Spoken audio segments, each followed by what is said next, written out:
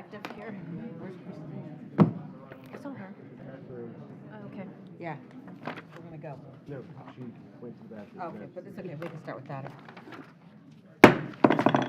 Good afternoon and welcome to the afternoon session of the February 22nd Board of County Commission meeting. A reminder for everyone to please silence your phones. And we are going to go to P60. Item P60 was published in the Tampa Bay Times on January 19th, 2022. Okay.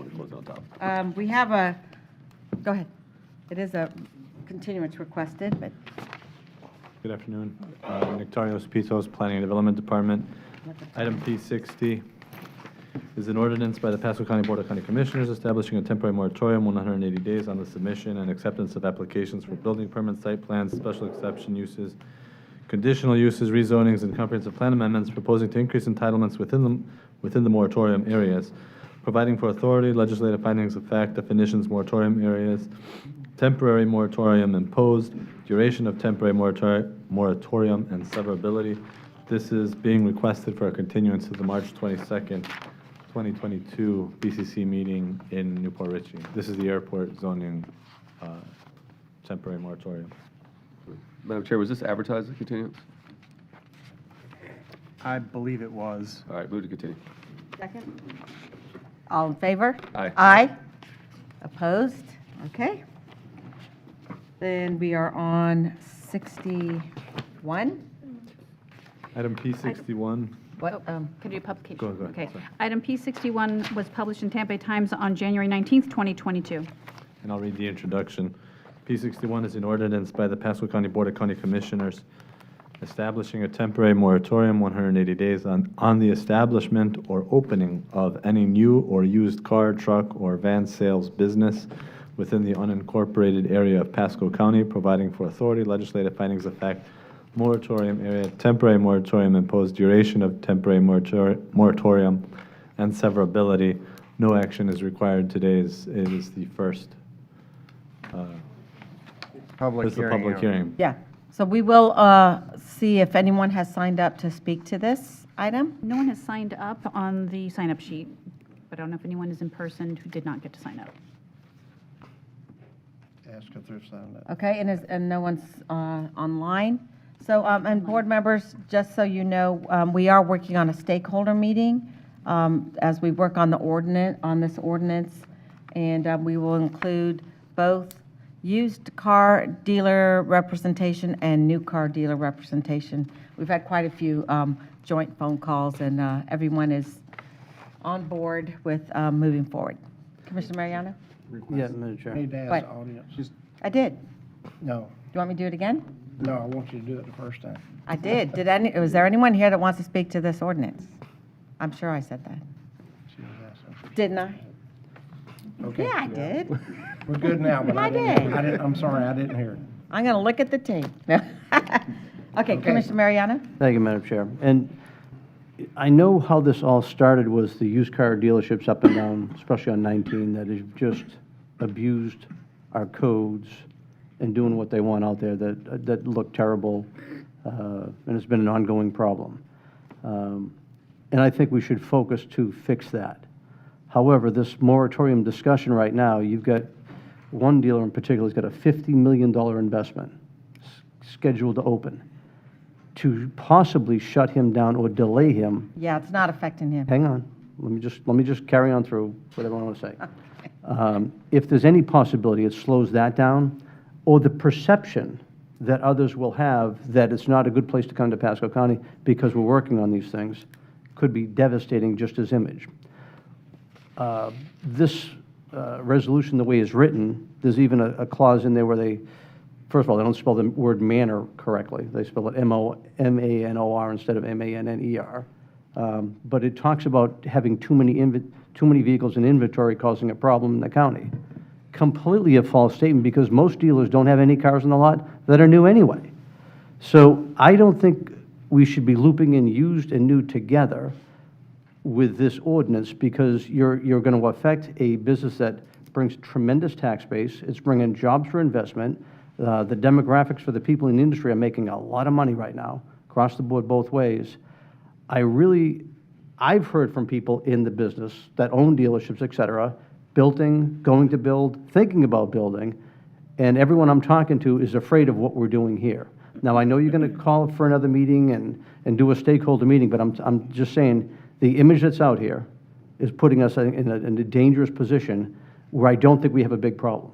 Just because the used car dealers are behaving badly, we need to go after them strong. I mean, we need to go put the mention to every one of those used car dealers that's not following the code, et cetera, that you're going to get fined. And unlike the construction board, which will take away fines when people come into compliance, we need to go put deadlines to these things to go put the hammer down to enforce our rules, our codes on them, not affecting the new car business.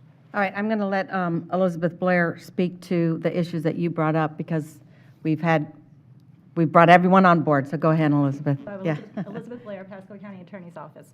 Well, first off, there is an exception to the moratorium in here, and I'll read it to you. It's in Section 4. It says, "The only exception to this moratorium are vehicle sales businesses that have an approved site plan and are operating in accordance with the approved site plan and any county-approved amendments to that approved site plan." This was purposely crafted this way to allow anyone who's acting in good, following our code, to be able to go forward. This does not stop any good actor from operating their business, from opening a business, as long as they get an approved site plan, which is part of the process. So folks that are these large new car dealerships, they're going through the process correctly, and they won't be stopped whatsoever by this ordinance.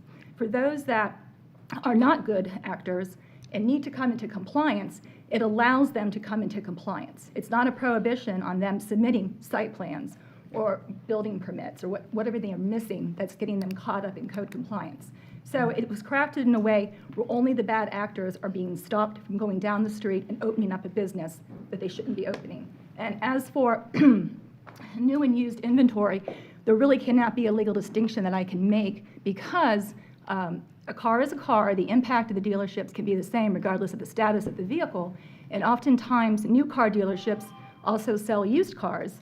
And it's often questionable whether a car is truly new if it's been used by one of the employees or so forth. So it's kind of a hard line to make in that regard. Yeah, and we have had multiple phone calls with Mr. Fink, talked with the attorney representing Furman's. We talked to the architect, an engineer who's designing most of these new dealerships. We've talked with really all the guys, and there is no dealership that is in the pipeline, about to open, about to submit, that will be affected by this. And we think it's such a pretty simple rewrite that we think It's a that they'll small have addition to the existing regulations that we have. And the meeting that the commissioner was referring to is actually a meeting not to discuss the moratorium ordinance, but to actually work on the ordinance that we need to draft. And I consider it to be a very small fix. And in fact, the reason we're working with the stakeholders is because they have the industry knowledge as to what's the appropriate park product to be on. They have obligations under their franchisees agreements and so forth, where they only can have a certain amount of inventory anyhow. So we're going to take the rules the industry uses and put them in our code. And So it so what- applies to everyone. Yeah, and once we've been able to explain this, which I get is a little complicated, they're all on board, because it's not fair to them with their investments that they've made, that the other ones get to do what they're doing. So we, after discussions, they are on board, so. Well, I'm going to say, It's actually already in place. if I could, Madam Chair. I mean, I've had the discussions in the last 2 days with them, and the people that are either going to building or in the process of building, even the people who just have established, don't like it. If we have the problem with the used cars and we do think this is an easy fix, why do I need to go do a moratorium? If I need to go fix this, and it's going to be that simple, I shouldn't be bringing the word moratorium out there. Let's just go do the fix and bring it back. Why do I need to go put this moratorium in place? Because it protects us if you were around when we had the billboard moratorium, and what happened when we were, am I getting ourselves in trouble? When we wanted to stop something, instead we got flooded with billboard permits. So we just want to, for the next few months, while we've announced that we're putting some rules in place, we just want to stop that from happening. Listen, a lot of these are in my district, and we are not affecting anybody's new dealership. And it will take just a couple months, so. And Madam Chair, this moratorium will only last the length of it as it takes to update the code ordinance? Correct, For, correct. Yeah, the moratorium would be repealed when you adopt the regulations that it's in. And being again, in place for. we're not stopping anybody, whether it's a used car dealer or a new car dealer, from going through the application process for new dealerships, so. And the approval and opening of those businesses. Yeah, yeah, It doesn't so- prohibit them. If you're in conformance with the site plan and you're following the rules, you're not affected. Yeah. Anything else? Okay. And there's no action today. All right. Okay. In P, case Terry didn't get to it, though, because you stopped him. oh, sorry, Terry. No action is required at this time. It's the first of two public hearings. The second hearing will be held on March 8th, 2020 at 1:30 PM in Dade City. Okay. And does anyone want to speak to this ordinance? Well, no, we We already did that? already did Okay, that. all Yeah. right. you- P62. Yeah, you're on P62. It's just the next hearing was not announced. Okay. Item P62 was published in the Tampa Bay Times on February 6, 2022. Thank you. Patrick Moore with the Pasco County Attorney's Office.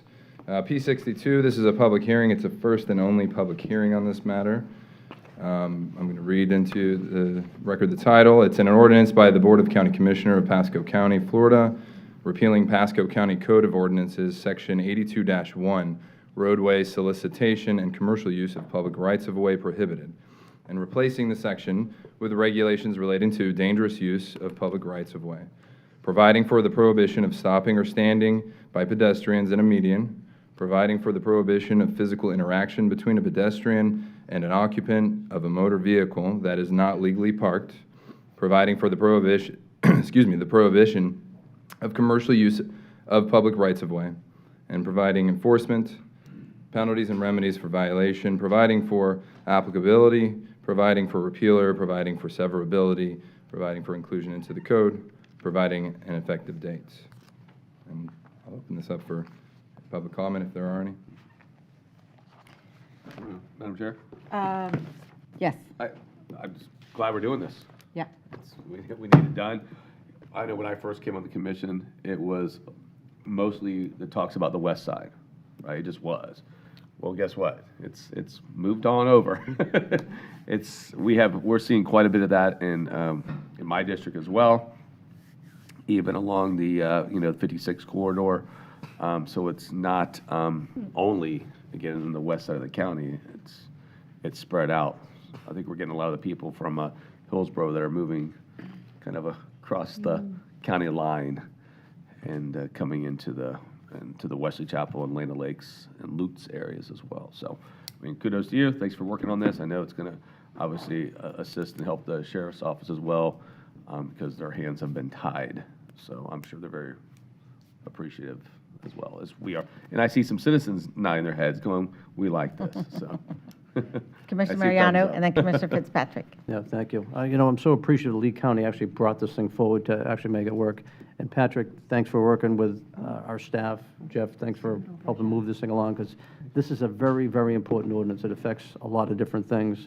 Safety's number one. I think you had the video I sent over to you that shows a guy walking in the middle of cars on US 19 all the way through looking for it. There are street corners everywhere.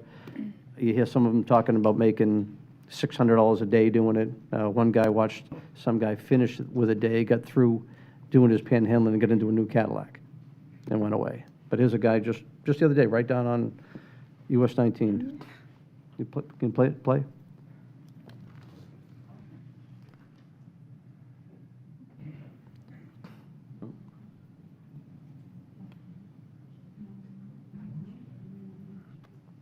It was so fast you couldn't catch him on camera. Technical difficulties. All right, so while she tries to get that up, who can enforce this, Patrick? And by the way, thank you so much for bringing this forward. Certainly, absolutely.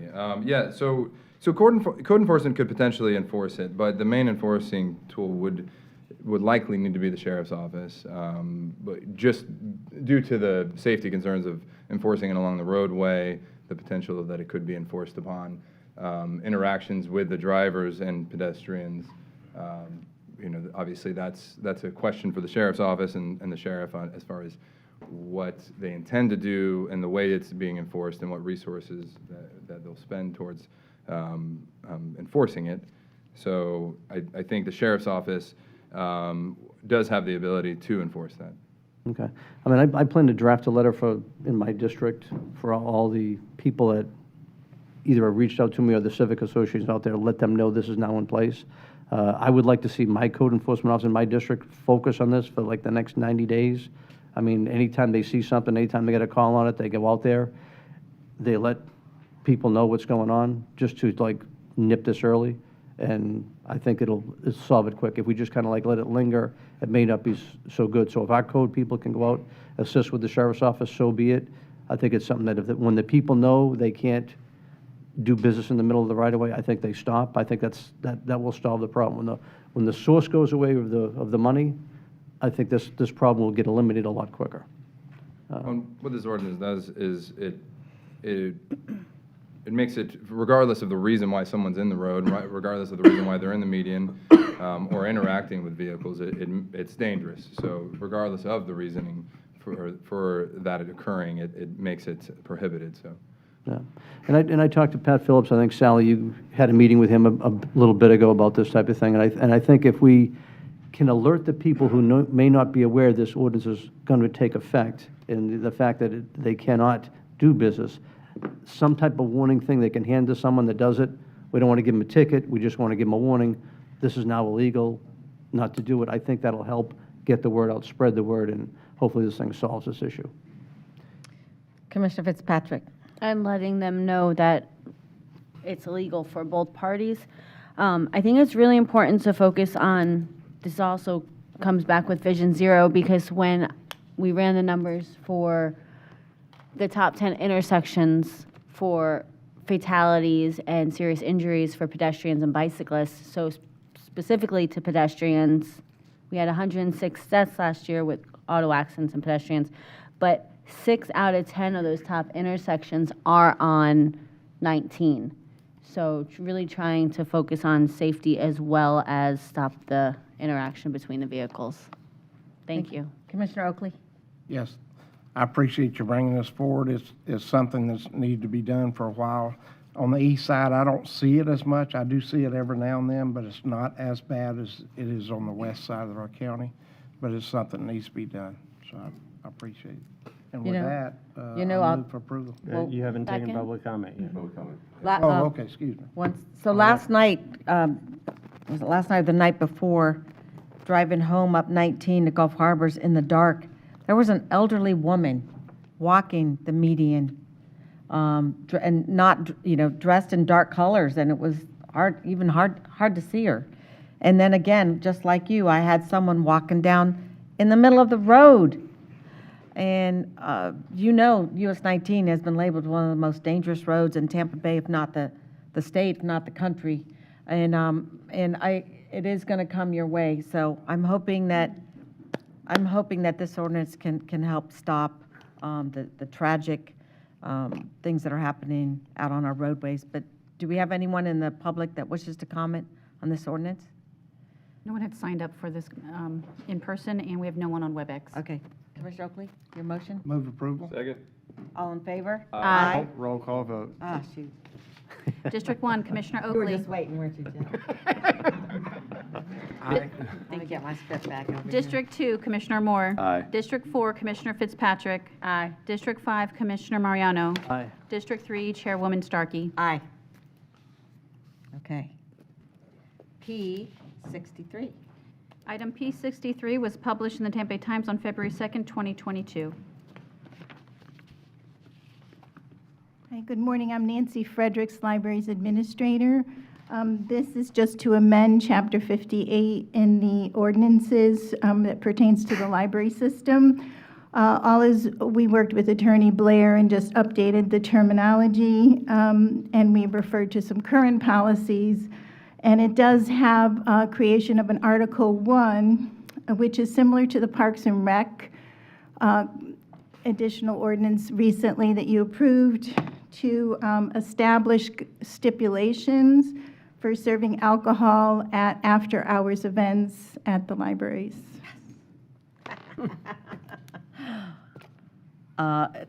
Is there anyone in the public that would like to speak to this ordinance? No one had signed up in person, and no one is on WebEx. No, for move this for item. Second. All in favor? Aye. Roll call vote. Oh, darn it. District 1, Commissioner Oakley. Aye. District 2, Commissioner Moore. Aye. District 4, Commissioner Fitzpatrick. Aye. District 5, Commissioner Mariano. Aye. District 3, Chairwoman Starkey. Aye. Okay. 64 will be roll call as well. When the library shuts for public business, they can have an event. Wait. Oh, 64 will. yeah. Okay, I'll try and remember. Business hour. We'll help you. I was going to bring a bottle of champagne. Item P64 was published in the Tampa Bay Times on February 6, 2022. Madam Chair, members of the board, good afternoon. Keith Wiley, Director of Parks, Recreation, and Natural Resources. Back in 2016, the BCC approved the purchase of a 50-acre piece of property in Gulf Harbors to make it a neighborhood park. In addition to that, there was an MSBU that was approved by the board, 16-25, with the intent to fund that operation. In front of you today, at the recommendation of the County Attorney's Office, is an ordinance that would be repealing 16-25. And just some highlights on the changes. Effectively, the new ordinance states clearly that the MSBU shall share the purchase price is limited to $600,000. Interest will accrue at a rate of 3.25% with the first assessment. Residents may choose to pay the capital costs up front to avoid any interest and reduce their annual assessment. This is important to note that the approval of this MSBU is not subject to a vote by residents, and it also clearly states that the MSBU will not be charged for the cost of managing nor maintaining the ELAMP conservation area. I'm here with County Attorney Nikki Spiritos if you have any questions. Okay. Wow. I'm almost speechless here. Nikki, do you want to come speak?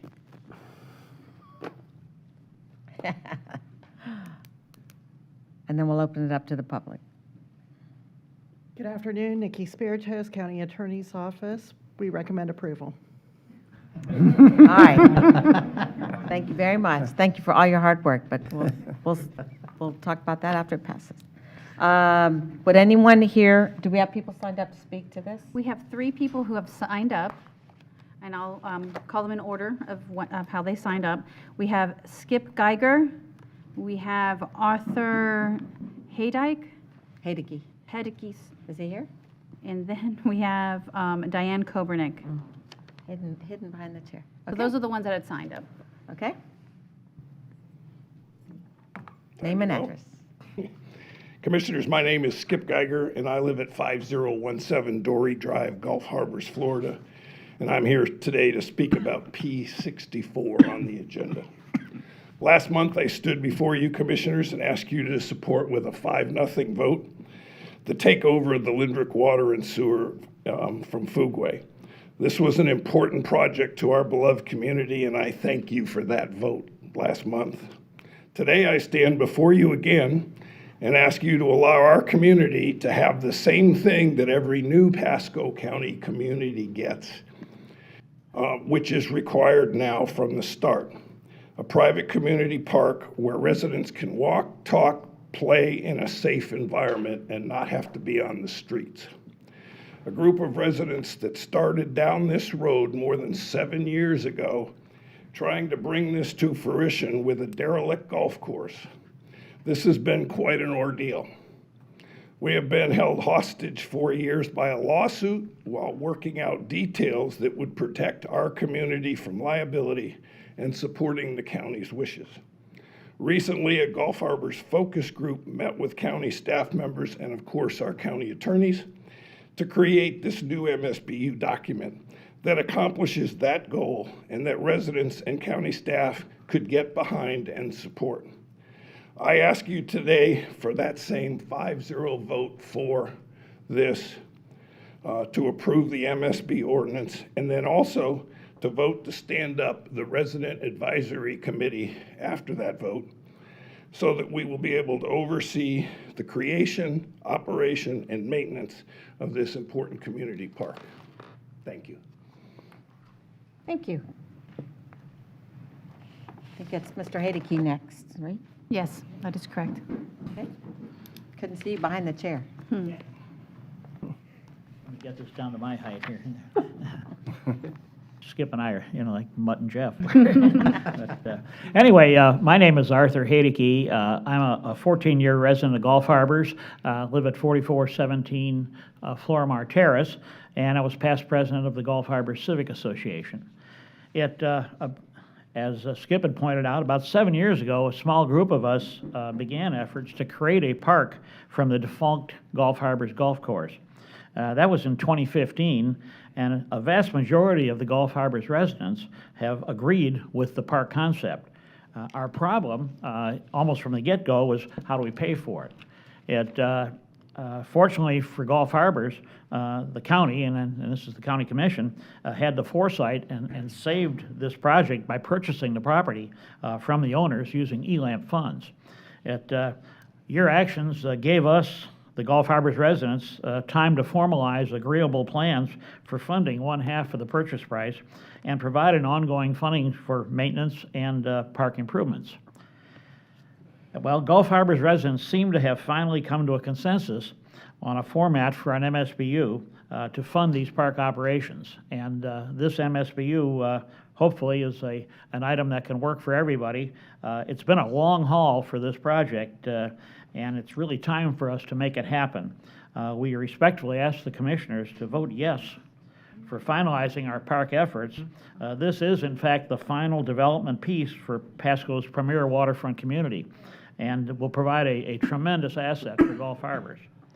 We thank you for all your past efforts on this project, and we sure hope for a positive vote. Thank you. Thank you. And now I think we have Diane Kobernick. Diane Kobernick. Well, okay. Okay. All right. Okay. Oh, before you. Okay. Yes, not for her, before. I heard four. Sorry, before. Barbara Wilhite at my personal address of 5020 Oyster Cove in Gulf Harbors. I'm proud to live there, and I'm proud to be part of this community. We stand before you. The county has taken the big step to purchase the golf course property, and it's now owned by the county, and we thank you for doing that for our community. We had no ability to do that on our own.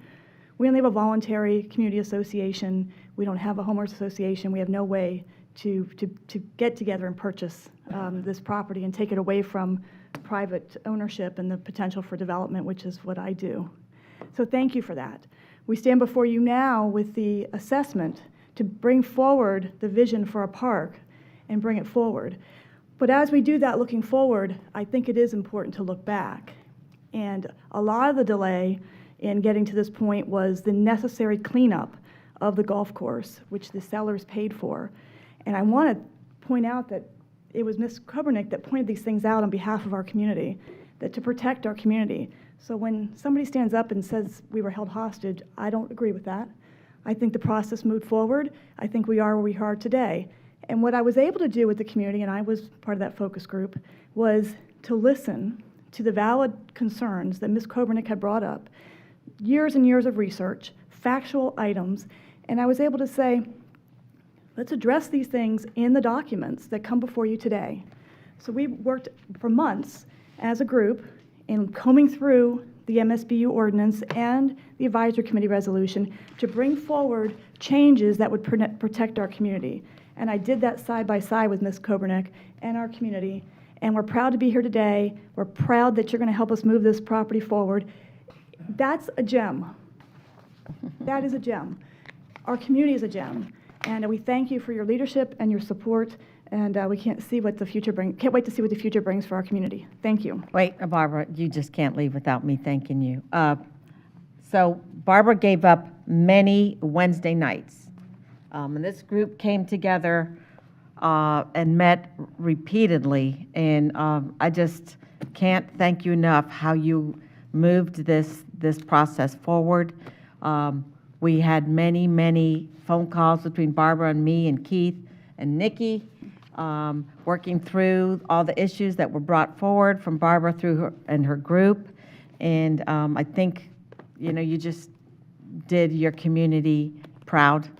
And I just can't thank you enough for what you did, so. Thank you. Oh, my goodness.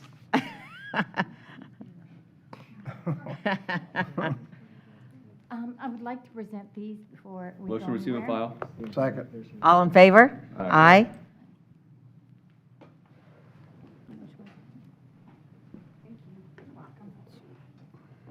Oh, that's hard to follow. Thank you, Barbara. Oh, one more.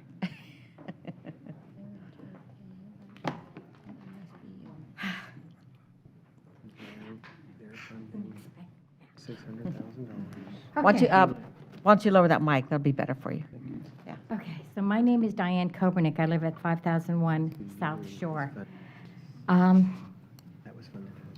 Commissioners, this MSBU being proposed is a big improvement from the original MSBU that was passed in 2016, which was challenged in court. My objection to the original MSBU were the cost and what kind of control we would have over it. It appeared to me to be giving the county an open checkbook. There were 711 tons of contaminated soil to remove to bring the level down to the FDEP defined as use for a passive park. We are pleased that this new MSBU will not be charging us for the costs that would have been included in the original one. The new provision for an advisory committee drawn only from Gulf Harbors is a good step to allowing the community to have more control over what we are paying for. Although much improved, there are still a couple of open items. We are paying for half the purchase price and being granted some control over half the property. We will also be charged for the maintenance for that half. But which half? There have been seven different boundaries drawn in the past. That history is included in your binders. But as of today, there is still no official survey showing which half we'll be able to use, or even if we are truly getting half. We don't know what we can do with our portion until we know exactly what we're getting. And finally, this MSBU has no value if it is not enforceable. The language of the MSBU itself allows it to be modified, and if the county can cancel the original MSBU to pass this one, what is it preventing the future board from just canceling this one too? The county now owns it and will continue to own the entire property and can decide on how to use it. This MSBU do not change that fact. Hypothetically, some future board may decide to develop and sell to the developer. Then all this work spent trying to safeguard the future would have been done for nothing. It would, even though the MSBU calls for a restrictive covenant to be recorded, this is being done unilaterally by the county, and in my opinion, what the county giveth, the county can taketh away.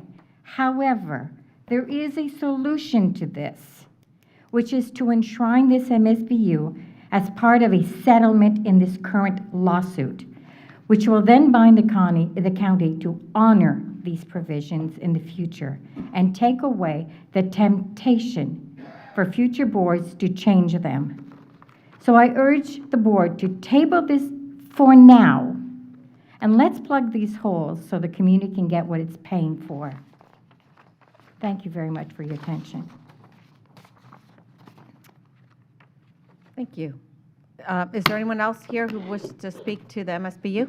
Why don't you go ahead and line up, if you want to come up after this gentleman. Hi, I'm Ken Dabbs. My address is 4617 Florimar Terrace in Gulf Harbors. I've been there 20 years. I'm a little concerned with the legal notice for this matter. Legal notice in the Tampa Bay Times dated February 6th for the intent to create this MSBU states the information concerning this matter is on file at www.pascocountyfl.net. So I went there. It was not there. Now, we've had this discussion with me several times about when I get a hold of different people in the county, nobody ever responds. So I thought I'd do it the easy way and just put in a public request. Does that cover it? So I put in a public request on February 11th, giving them time to, maybe they didn't get it in by the 6th, I don't know. So I filed a public request on February 11th. I received the following response from Desiree Wagner. The proposed MSBU will be ready and available next week. So you said in your legal notice it was already there. And gee, you know what? I finally got it on February 17th at 2:46 p.m. If we're going to put legal notices out there, one thing I wish this board would do is mean what you say and then do what you say.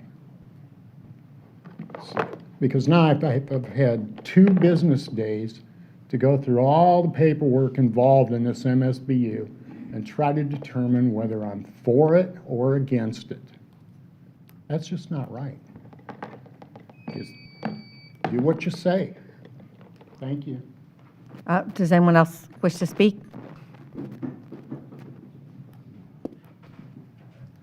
Yeah, I wasn't originally planning on speaking, but I think I'd just kind of like to do a quick summary. Mitchell Kobernick, 5001 South Shore. I kind of agree with what everybody had to say. I agree with the people that were saying this is going to be a great project for the community. I think it is too. I think it's about time that we develop that golf course, put something on it that the community can use, and I'm very much in favor of that. But I also agree with what Diane Kobernick said. It needs to be done right. It needs to be done properly. A lot of time has gone by trying to develop this MSBU so that it will protect the community, give the community a buy-in to what can be done on that park and what the cost will be, and give the community some control over the future of it. I think that's necessary. The way this current MSBU is drafted, as most MSBUs are, they could be changed. They could be repealed by a future board. And if that should happen 2-5 years down the road, what have we accomplished? We are not safeguarding the future of this gem for the community, as someone else said. If in the future some other boards with a different makeup may decide that that's not the best thing for the community, there's nothing here that will prevent that from happening, short of having this done as part of the settlement of the current lawsuit, where then it'll be in the court system. It will be a settlement that the county will be bound to, and future boards, not yourselves, but future boards that may have a different idea of what to do with this will not be allowed to just run rampant and do whatever they want with the park. They will have to be bound by the provisions that we've all talked about today, which is, I think, what we all want. So I would also recommend tabling this for now, for a month, whatever it takes, to go ahead and get this MSBU drafted properly and enacted properly through a court settlement, so that it will bind future boards and it will stand the test of time and it will always be a benefit to the community. Thank you. Thank you. Anyone else wish to address the board? Did you want to come up? You have to. No, I don't know who was doing that, but, oh, you have to speak there. Sorry. Your name and address for the record. Oh, I'm Michael Msbu. We live in Gulf Harbors on Topsail Trail. We back up to the golf course. I really didn't know why I was here. I'm here on an errand of mercy for neighbors on both sides. I'm understanding that it's about the golf course and what's going to happen to it. Is there some place I can go to get this information? We've lived there for 3 years. I've heard controversy about it. I have an opinion. Everybody else has an opinion. But I don't want to say anything until I'm completely aware of what this is all about. Where can I find that information? Keith? Who's he? That's the head of our, what's your title, Keith? Natural Resources? Director? Yeah. Okay, then I guess that's it. Yeah. He'll fill me in Welcome to on- the neighborhood, Okay, especially thank if you you very back up to what will be our park. Yeah, okay, cool. Okay, I think we need to address, is there anyone else who wishes to speak? Is there anyone online that wishes to speak to this? No one's on WebEx. Okay, Nikki, or someone needs to address, I mean, are we good legally with our notice? If you could address that.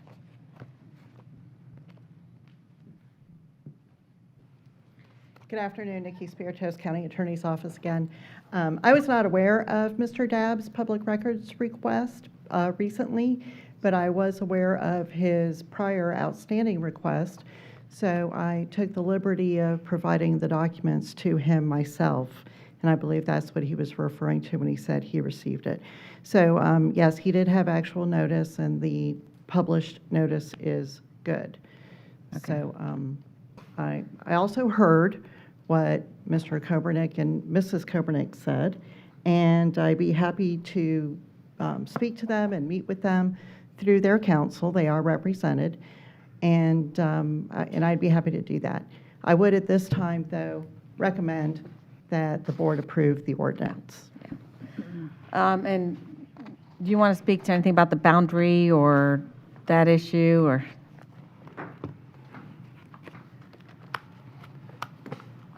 So the next item that we're going to be discussing is the actual resolution to create the advisory committee. My recommendation would be that we take the time to work with that group and define the boundary. It's not going to be a difficult task to figure that out. I think if we can do that with that group as appointed by the board, that probably would be the best result, Nice. in my opinion. That's Yeah. a great solution. And if I may, the same holds true for the restrictive covenants. The ordinance does require that the restrictive covenants be recorded, but those restrictive covenants are not going to be recorded until after we have an ordinance that is not challenged or after the challenge is resolved. Okay. So, and again, the details of the restrictive covenants could be vetted through the advisory committee. Okay. Yeah, and we're trying to empower the advisory committee here. Correct. Okay, did you have a question, Commissioner? Yes. Patrick? Thank you. What is the zoning going to be when this is said and done? Because I know we had a situation kind of like this with the 5 neighborhoods, and we changed the zoning to open spaces and parks to make sure that it would not just happen to be sold to a new developer or things like that. It was kind of to protect the landowners, the homeowners in the community. So the stronger answer to that issue is the restrictive covenants. Once the restrictive covenants are recorded to maintain the property as open space and or park and or conservation, doesn't matter if the zoning is changed. The restrictive covenants will control. So it'll always be a park and open space? And open space. And ELAMP property? And ELAMP. Okay. Thank you. Madam Chair? Any other questions? Commissioner Mariano? Yeah, I'd like to say, I think the advisory committee setup can make recommendations to us. We can implement them. They don't have to be done right now. I want to make sure with the county attorney's office, clerk of courts, that we are comfortable with the notice that's provided. Yeah, that's what we just asked. I heard that, but what I want to clarify is, when Mr. Dabb said he went to the website to go look for the information, and the information wasn't there. The website address that is in your published notice tells the public to look at the agenda tab. Okay. When this agenda was published, that information was available. Okay. It also gives the phone number for the Parks and Recreation Department if, in fact, they wanted the information before that. And I just want to make sure we get Yeah, no, that clear. yeah, me too. Because I wasn't clear on it before, but I'm comfortable with it. I'll move approval. Oh, thank you. And draft materials were also distributed to the committee that was meeting with Barbara. Yeah. And received input, and changes were made. I just want to make sure we did what we're supposed to do, how it was done. Thanks. Yes, thank you, Commissioner. And so one more thing under discussion. Well, I guess I could do it under the next. Okay. So, all in favor of the new? Roll call vote. District 1, Commissioner Oakley. Aye. District 2, Commissioner Moore. Aye. District 4, Commissioner Fitzpatrick. Aye. District 5, Commissioner Mariano. Aye. District 3, Chairwoman Starkey. Aye. And, before I did vote, I do live in that neighborhood, so I just wanted to double. It's a big enough project that it's not a conflict under 112, in my opinion. I just wanted that on the record. Thank you. Okay, whew. All right, so now we are on R59. No, yeah, Yeah. R59, yeah. Back again. All right, R59, this in front of you is a resolution to basically approve the advisory committee for the MSBU we just discussed. It will be comprised of 7 members. All members must own property within the boundaries of the MSBU, as you saw on the overhead, and all members will be appointed by the BCC. Move approval? Second? Yeah, there was a discussion that I wanted to have, but I'm Okay. trying to remember what it was. Okay, I don't Well, remember. while you're thinking, Commissioner Starkey. Oh, I know what it was.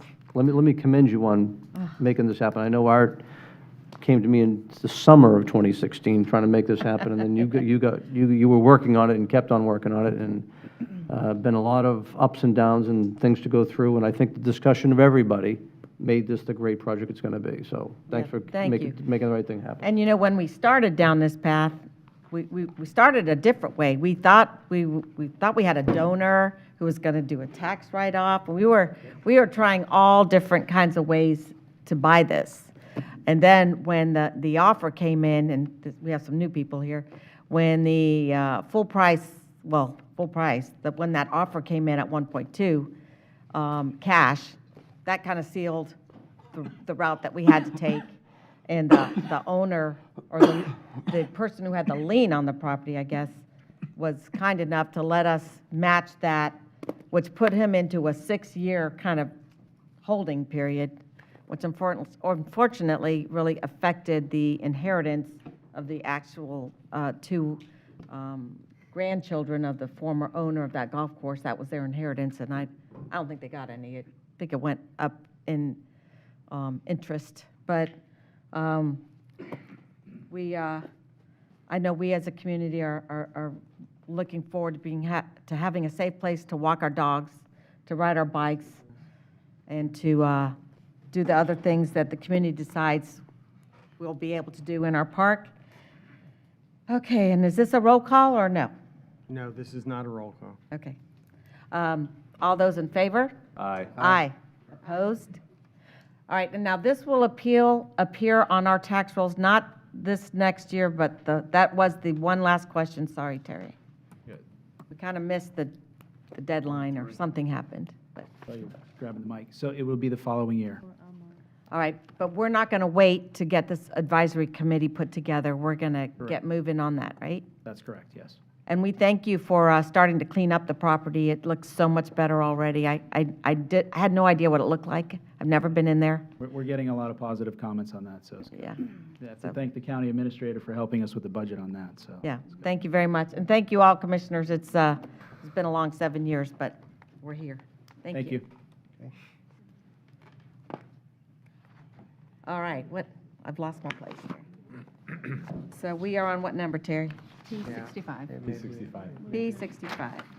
Item P65 was published in the Tampa Bay Times on June 30th, 2021. 1 per 5, I think. I thought it had a multifamily zoning. Oh, so this is zoning, so do you want to do the zoning rules? Yes, we can do that, although you don't have a consent agenda today. There are 2 rezoning agendas, regular and consent. Staff will present each application to the Board of County Commissioners. If staff or Planning Commission has recommended approval and there is no opposition, the application will be considered by the board without further presentation. If staff or Planning Commission has recommended denial, or if there is opposition to the application, the applicant will be given 5 minutes for presentation. The opposition will be given 3 minutes for each individual, or 5 minutes for a group representative, and the applicant will be given 3 minutes for rebuttal. Any individual disagreeing with staff or Planning Commission recommendation, or anyone wishing to object to any condition of the rezoning may at this time request the petition be pulled from the consent agenda, in which case that application will be heard under the regular agenda later on during the meeting. Otherwise, all rezoning applications on the consent agenda will be approved by a single motion and vote. If you wish to speak to any petition, please give your name and address and whether or not you've been sworn for the record. These are quasi-judicial public hearings. The law in Florida is mere public support or opposition of an application is insufficient for this board to take action. Please limit your comments to those criteria found within the board's land development code. Okay, let's go. Terry, you're Item up. P65 Yep.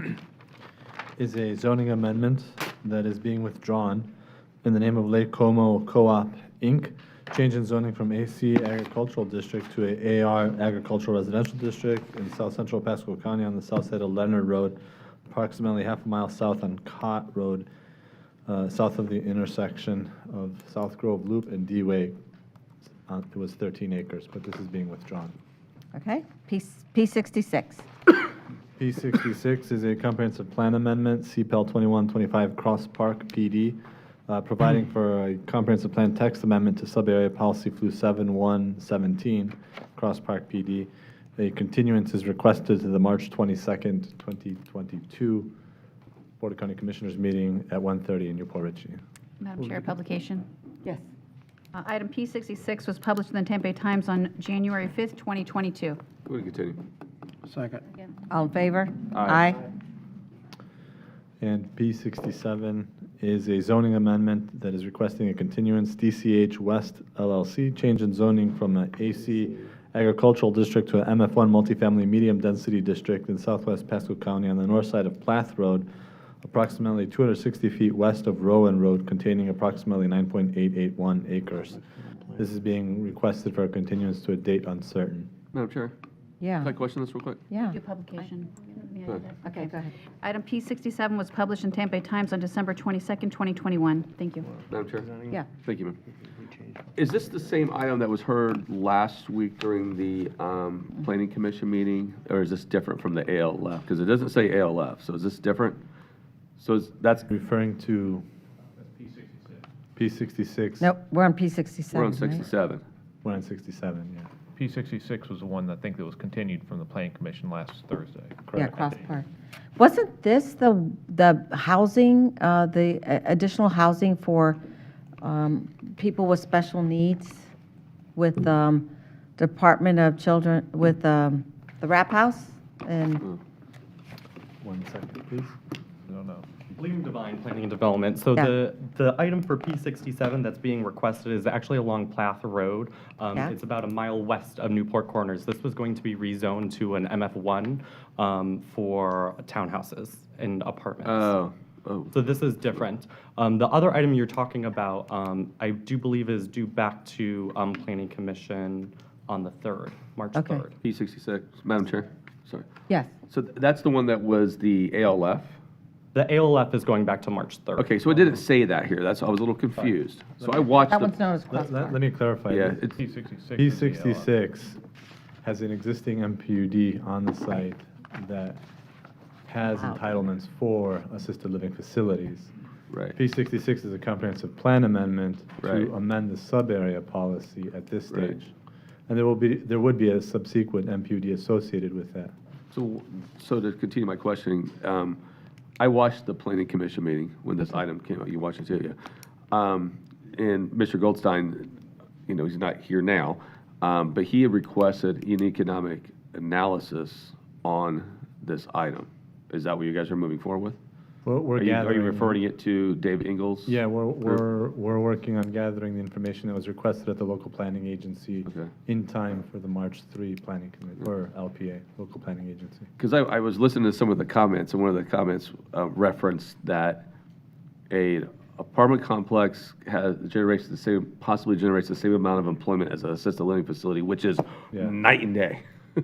What the discussion was, No, it is, because I watched it, Yeah. and I heard that question answered, and you answered it, and you said. yes, yeah. the discussion there was the employment generation potential of the ALF as compared to the project.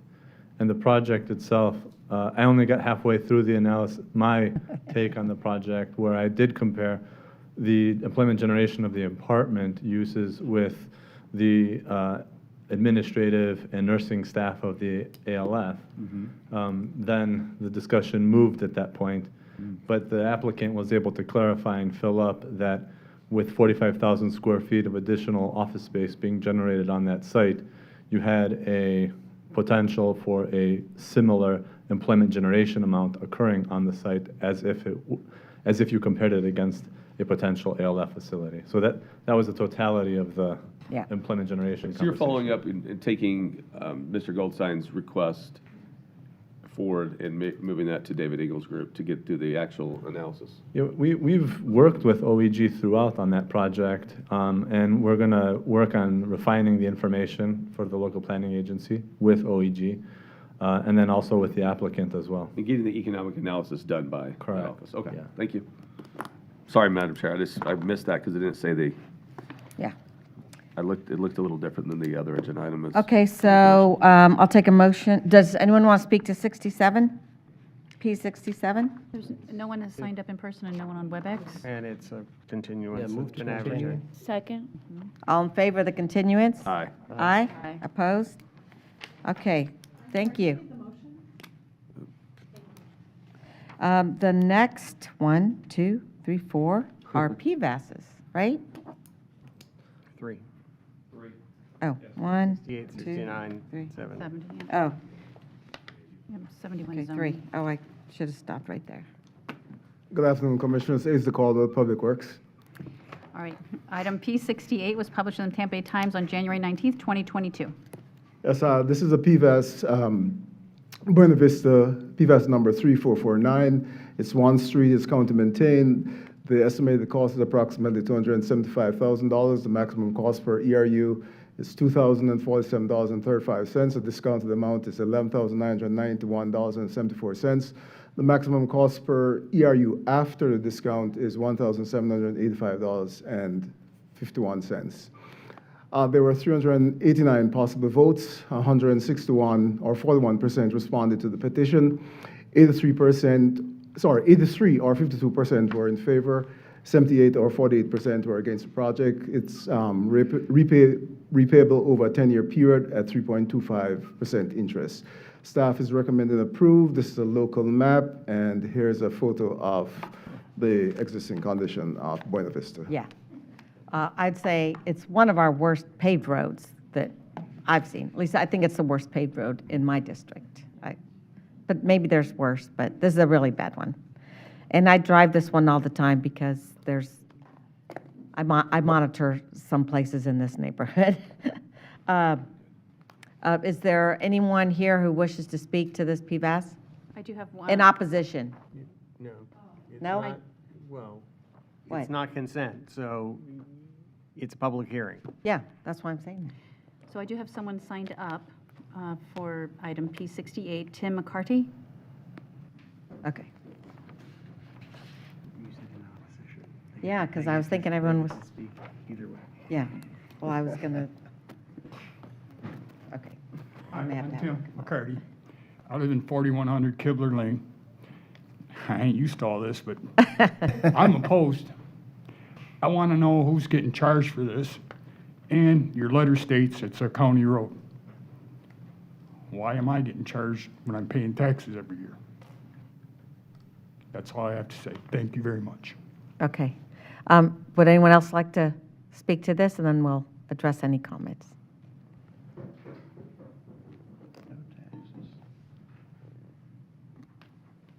Hello, my name is Kate Pickett, 3947 Silhouette Lane. I'm a resident near Buena Vista, and my family must utilize Buena Vista on a daily basis to get access to our property.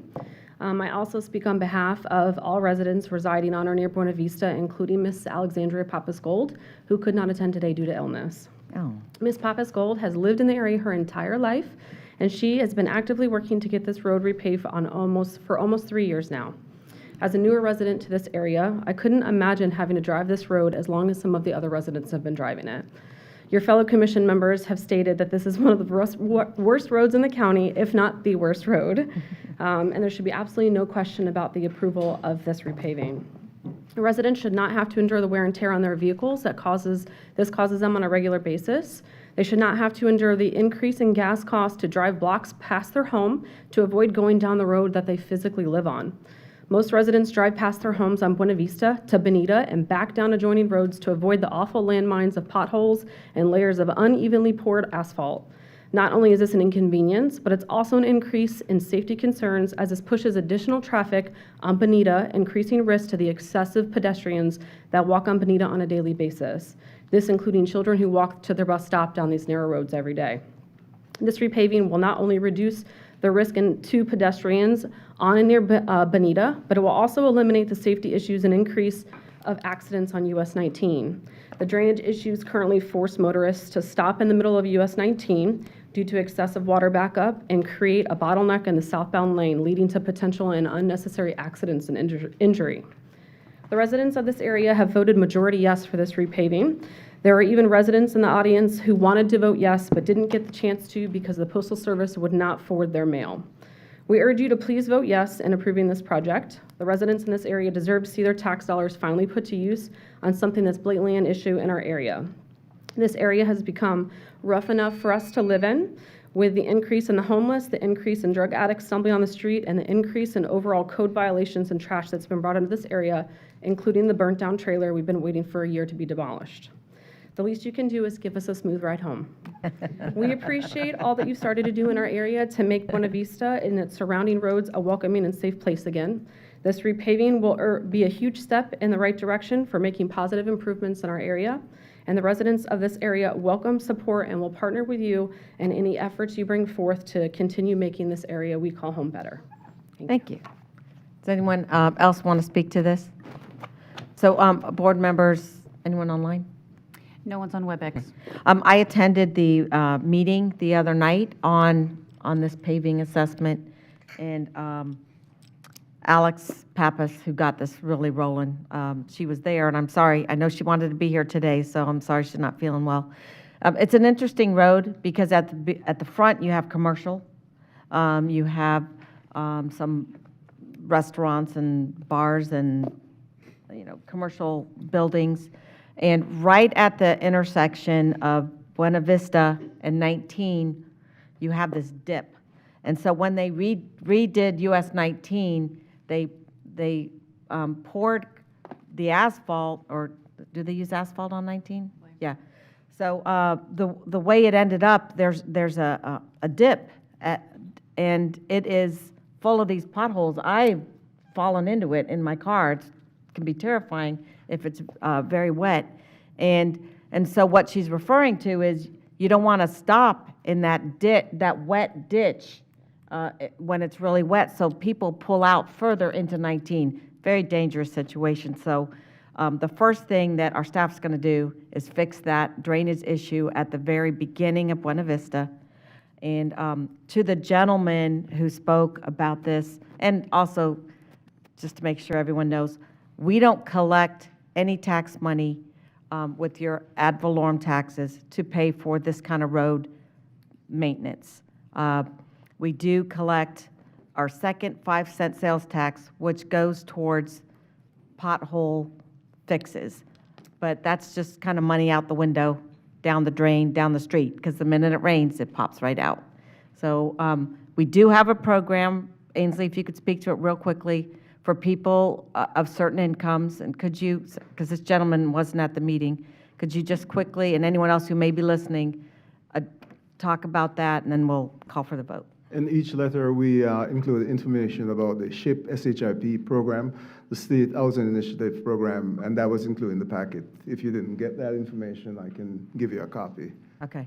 Ainsley, it looks like, to answer the gentleman's question, it looks like Kibler Lane takes access from Buena Vista in at least 2 spots, and it's a 25% assessment. Yes, is that that's correct? correct. Am I reading your map Yes, sir. correctly? Thank you. Okay, and if he has some questions, he's got a few more PVASs, but he can meet you after. Right. If you have more questions. Madam Chair? Yeah. Before Ainsley leaves, I mean, just for those people at a low income, there's a certain level to get to. I think That's the your SHIP point to program. bring, yeah, I Yeah. know, your point to bring it forward, I don't know if that was enough for people to know. If you're really low income, there's help out there. We can Yeah. get like an interest-free type of loan where it doesn't accrue on any interest and gets paid. Yes. And if you're on a side road, it's, percentage of the Yeah. total, so it's not. That is information Yeah. that is included in each letter which is sent out. Yeah, but not everyone got the letter, so then they don't have the information. All right, move for approval. All in favor? Aye. Aye. Okay. Thank you. Next, PVAS. Item P69 was published in the Tampa Bay Times on January 19th, 2022. This is PW 22-0035 Coldwell Street, PVAS number 3463. This is one street is county maintained. The estimated project cost is just approximately $142,000. Maximum cost for ERU is $4,483.01. The discounted amount is $26,972.05. And the maximum cost for ERU after the discount is $3,612.25. Of 34 possible votes, 9 responded, which is about 26%. 8 of those were in favor, which is 89%, and 1 was against, that's 11%. Repayment is over a 10-year period at 3.25% interest, and the location map and a photograph of the road condition. Right, it's right up there with Buena Vista. All right, is there anyone here who would like to speak to this? Yes, I have Susan Miller has signed up.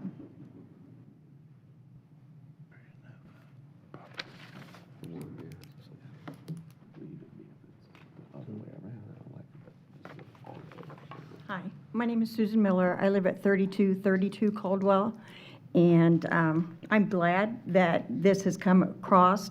One person that has lived on the street for 8 years has said he has tried to get this to this point for the 8 years that he's lived there. I've only lived there 2 years. This picture is in front of my house. What you can't see is where the grass is growing 2 feet into the road. It's like that on both sides of the street. That's because the sewers were totally blocked. Mr. Caldwell came out and he had people come to clean the sewers out. It took 3 men to get one sewer unblocked. And that sewer is catty-cornered to my driveway and my front yard. When it rains in any type of storm whatsoever, my front yard becomes a pond. I mean, I could get ducks and they could swim in my front yard most of the time. There is a hole in front of my yard that goes out probably a good foot out into the street, and it goes down 8 inches into the dirt. I understand that they're only going to fix or take off the first 2 inches of the street, but Mr. Caldwell assured me that they're going to patch the hole in front of my yard, and not with just gravel, which they've done when they've patched the road other times. They are going to patch it with asphalt and then put the 2 inches, which I hope that works. But I would like the commissioners to consider doing what they've done on other streets, on Roxbury Street and on Fairmont. They have raised the sidewalks by the sewers, so it gives a good 5 inches to 6 inches of water space so the water can go down into the sewer. But hopefully. You have another minute. And I see Hopefully this is Ainsley's writing approved. that down, so. Well, they've already come out and looked at, like, in front of my house and throughout the whole street. But the grass goes all the way down the street on both sides. And the people that own the property in that, we usually go out and scrape this off each year. But when lawns are mowed, it just goes straight down the street. I have most of the grass in front of my house because it's just dirt in front of my house. There's no sidewalks. I do know the sidewalks are supposed to be 4 inches high. It's probably just 2 inches, the sidewalks. Yeah. So, but I would like them to consider at least raising the sewer system like they've done on the other streets in Holiday Lakes. What they've done is they just bring it up like this and then it's flat on the top. So it's just like a little raised bridge.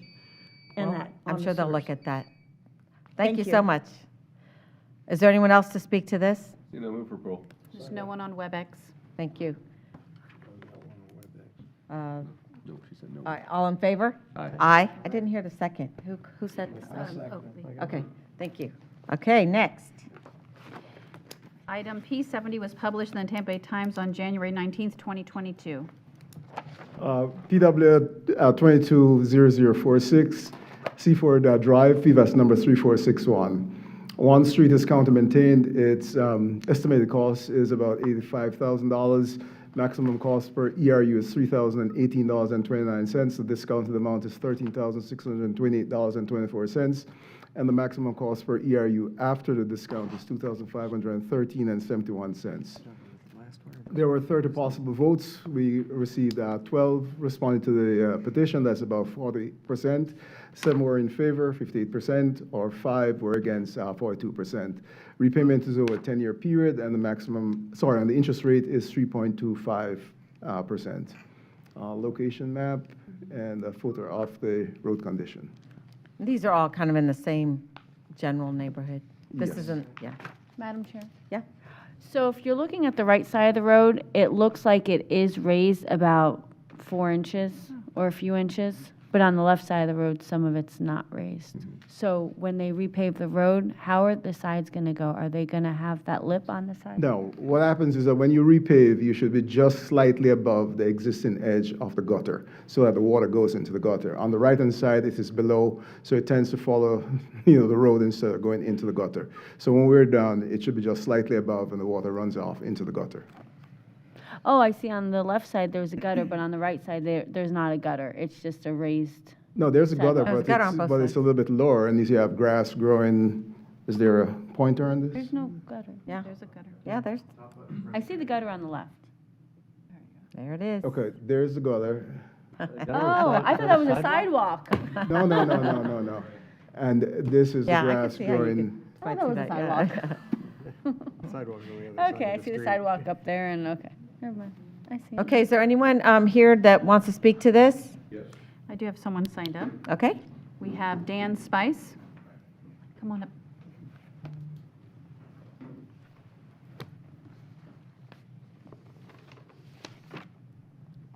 Good afternoon. I'm Dan Spice. I live at 6141 Seaford Drive. I'm here to speak against the assessment for paving, but particularly about the system involved in this. Commissioner Starkey, thank you very much for your fast response to me. I appreciate that. I've lived in St. Pete and also in numerous other states. I've never been directly assessed for roads before. It's always been included as a part of the property tax in every locale in which I've lived. Paving costs spread over the entire tax base. It's a more equitable paving schedule, I think, are a more sensible way to deal with this. This arcane formula with its ERUs pays no attention to the amount of road frontage, which directly affects the actual costs of paving. So a smaller property then subsidizes a larger one on the road frontage. Doesn't really seem fair. In addition to that, garbage trucks, Amazon delivery vehicles, county school buses, are they paying for the denigration of the pavement, which occurs with the heavy vehicles at a much higher rate? No, it's part of the taxes they pay elsewhere, just like property taxes should be the way to pay for paving projects. You own the streets, you've already accepted them as county property. They're there for the entire county benefit. In the case of Seaford Drive, Moog Road east of Madison and Tuckahoe, with its Seaford butts to at one end, are in a similar state of repair. So we still get to navigate the same road conditions to get to Seaford Drive. Doesn't seem tremendously practical.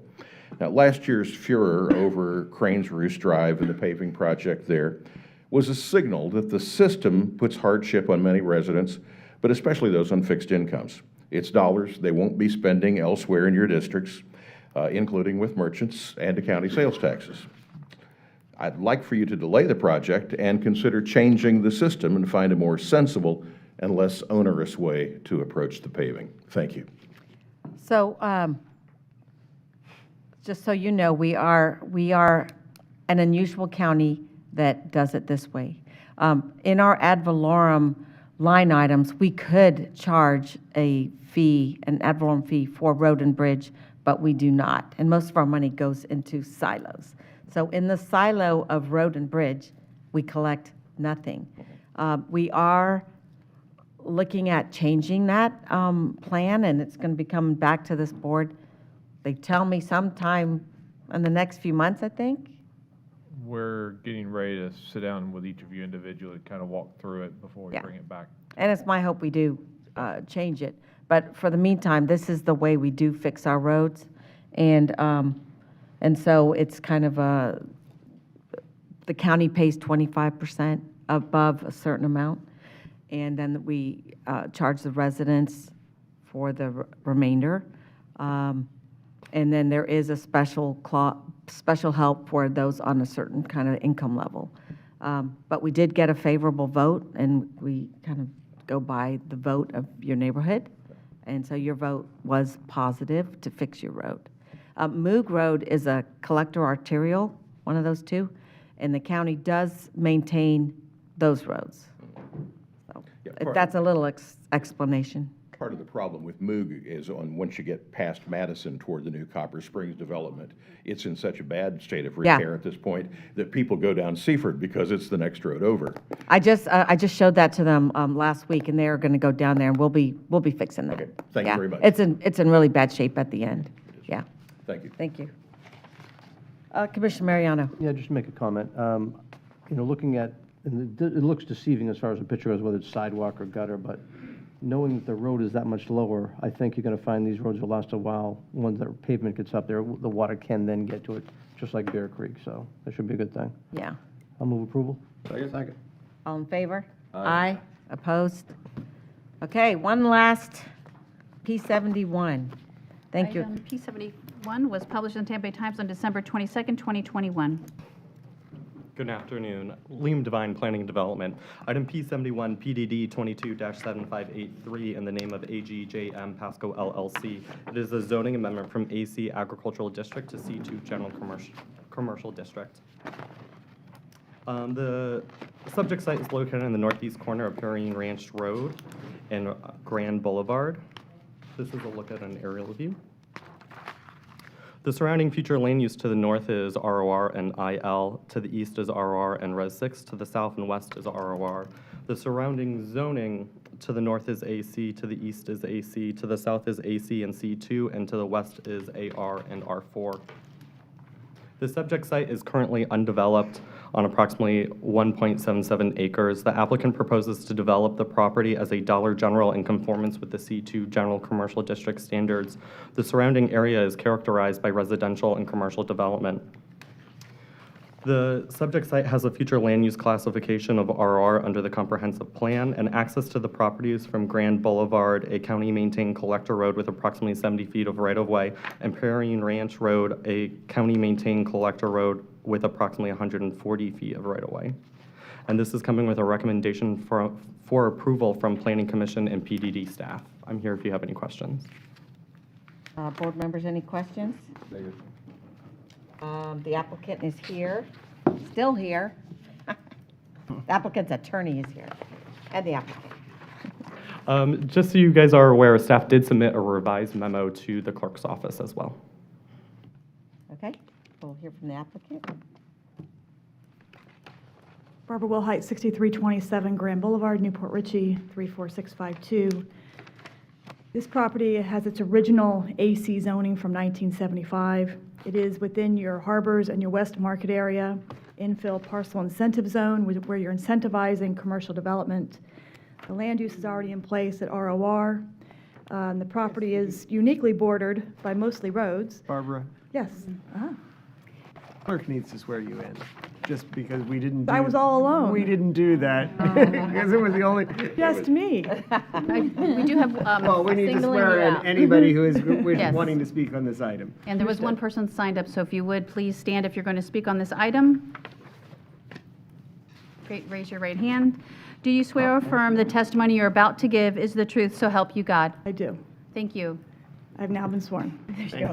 Now you can start all over. No, And just what I kidding. said was all factually correct. So the property is uniquely bordered by two roads, Perrine Ranch Road and Grand Boulevard, and an RV storage facility to the south where I keep my RV. The zoning on both the northwest and the southwest corners is already C2. The property to the south at the RV storage is C2. This is exactly where you locate commercial development per your comp plan, the intersection of two collector roadways, no abutting residential, and not with an existing subdivision. So we're not sure exactly what the public comment is. Be glad to address it afterwards. Thank you. Okay, I do have one person signed up, and then I saw a couple Yeah. other stands, so looks like we have 3. we can take them in, well, I'll do the one who signed up first. The last name I can't read, but it's Deborah Dicha, something. You can come on up, please. When you come to the podium, to not only state your name and address for the record, but also state that you've been sworn. I've been sworn in. My name is Deborah Delia Durinsky, and the property I'm concerned with is the rezoning on Bolton Avenue and Turtle Lane. And your address? My address is 15508 Juliet's Court, which is a county-owned road. I have 2 Madam Chair. parcels. That's not this project. That's not this. Yeah, not this. that's what I was wondering. Yeah, this isn't, that's not, she mentioned Bolton. I was going to say, Bolton that's... and Turtle, yes. No, so that's my district. If you want to talk after this, we can, but it's not on the agenda right now. This item, yeah. I signed it, okay. Okay. What does she want to speak to? It's not I this think it's an item. item that was on Something's not planning here. commission last week. Yeah. It's not to the U It's not yet. up today, ma'am, the one you're Okay, talking about? okay. Just so you know. Poor thing, she's been here a long time. Oh, no, yeah. Sorry. But you can speak to your commissioner after. We're almost done. Okay. They can't speak on a project that's not before you. My name's Julia Bartunik, and I live at 2645 Meadowood Drive, Newport Richey, 34655. And I just speak against the Preen and Grand. Ma'am, you have to state whether you've been sworn before your comments. I am sworn. Thank you. Thank you, Nikki. And I just wanted to say that I'm against that for 2 reasons. Number one, there's already a Family Dollar store, which is less than half a mile away from where they're proposing to build the Dollar General. And also, the way that Grand Boulevard backs up with traffic, being that it's 2 lanes, it's just going to create more traffic problems. It's just not the time. Perhaps the infrastructure should come first before building a Dollar General on that corner.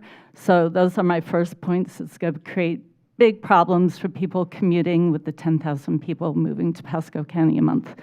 My second point is for saving the Enclote River. It's part of the Enclote River Basin there.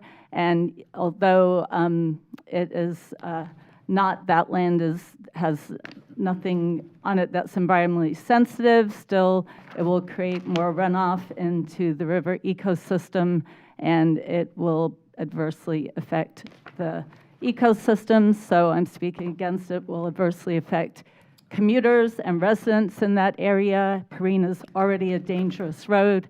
It'll increase frustrations and perhaps even increase accidents. So I would like to request a continuance and for there to be more of a traffic study before that. I know the land's been cleared and everything there, but I think it should be studied more in depth. Thank you. Thank you. I thought I saw more people signed up. Well, I think that gentleman is the applicant, Oh, okay. and then that's, he's with the applicant. Okay. Just, is there anybody else who wishes to speak to this item? Seeing no one? Is there anyone It's online back- that wants to speak? There's no one on WebEx. Okay. So this is Barbara Wilhite again. The rezoning is to C2. It's not a specific use. And with regard to traffic, as any other rezoning, we went through a full timing and phasing review, substandard road review, as well as access management, which will be done with the site plan. And all of those things met your required criteria. If you want to hear more about the traffic study, our traffic engineer is here. But we did go through all of the process, and it's been carefully reviewed by your staff. Move for approval. Second. All in favor? Aye. Aye. Okay. All right, so we can't approve based on what might come. We only can approve on if the zoning changes,